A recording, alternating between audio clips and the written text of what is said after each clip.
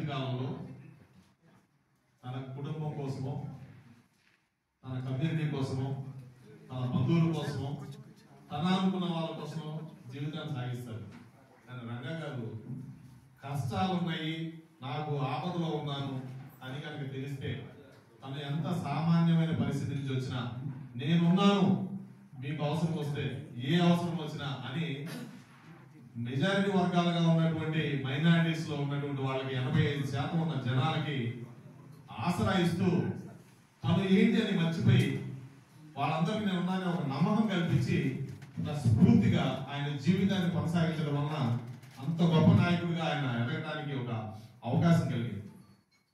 మరి ఏది ఏమైనప్పటికీ ఆయన మన కమ్యూనిటీ అనే ఫీలింగ్ తో మనం ఆయన మన కమ్యూనిటీ అంటున్నాం, కానీ ఇది మనకంటే ఎక్కువగా మిగిలినటువంటి బడుగు బలహీన వర్గాల్లో ఉన్నటువంటి ఎస్సీలు, ఎస్టీలు, బీసీలు, మైనారిటీలు వాళ్ళంతా ఓన్ చేసుకున్న తర్వాతనే కాపులు గుర్తించారు. ఇది కూడా ఖచ్చితంగా మరొకసారి మనం మన కమ్యూనిటీ కంటే కూడా ఆయన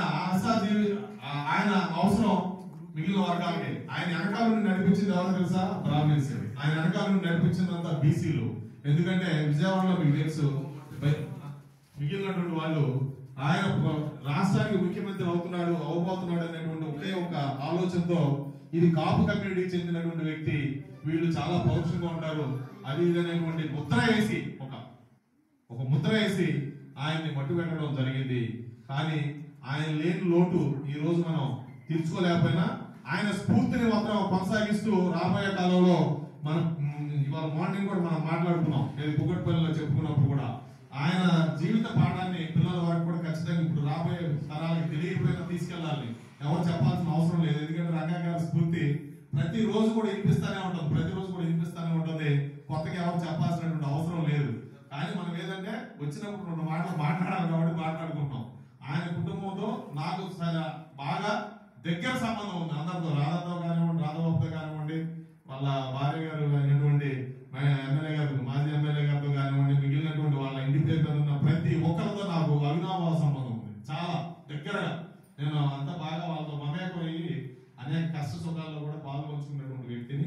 అయినప్పటికీ కూడా ఇక్కడ సందర్భం కాదు కాబట్టి మరొకసారి గుర్తు చేసుకుని ఈ రోజు మనందరం సంతాపం తెలియజేసాం. రాబోయే కాలంలో ఈ స్ఫూర్తిని ఇలాగే కొనసాగిద్దాం. ఆయన స్ఫూర్తి ఏంటంటే రాబోయే కాలంలో ఒక కాపుని మనం ఖచ్చితంగా ముఖ్యమంత్రి చేసుకోవాల్సిన అవసరం, ఆయన స్ఫూర్తిగా చేయాల్సినటువంటి అవసరం ఉంది కాబట్టి అది మర్చిపోవద్దు ఖచ్చితంగా. అట్లాగే రాబోయే కాలంలో ఇది భారతదేశ వ్యాప్తంగా దీన్ని ఎక్కడా కూడా రౌడీ గుండా అనే మాట కాపులకి రాకూడదు. ఎవరన్నా అంటే దాన్ని మీరు సహించి వదిలేయదు.